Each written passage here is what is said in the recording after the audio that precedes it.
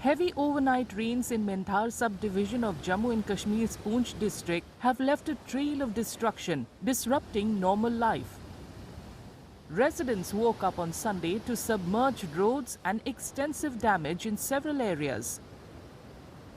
Some locals say the torrential rain, accompanied by strong winds, triggered flash floods that damaged homes, roads and other public infrastructure.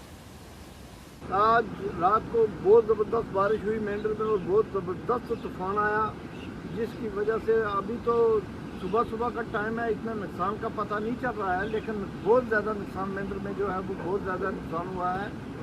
क्योंकि आपके सामने आप देख सकते हैं, ये मेरे पीछे ये पूरा जो एयरफील्ड है, ये ओपी ग्राउंड जो है ये पूरा पानी से भरा हुआ था। ये सामने गाड़ियाँ लगी हैं बीच में, ये पूरी पीछे से भी कई गाड़ियाँ जो है वो पानी में बहकर आई हैं।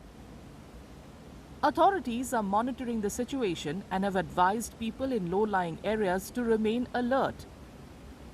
Residents have also been asked to avoid travelling through flooded stretches until water levels recede.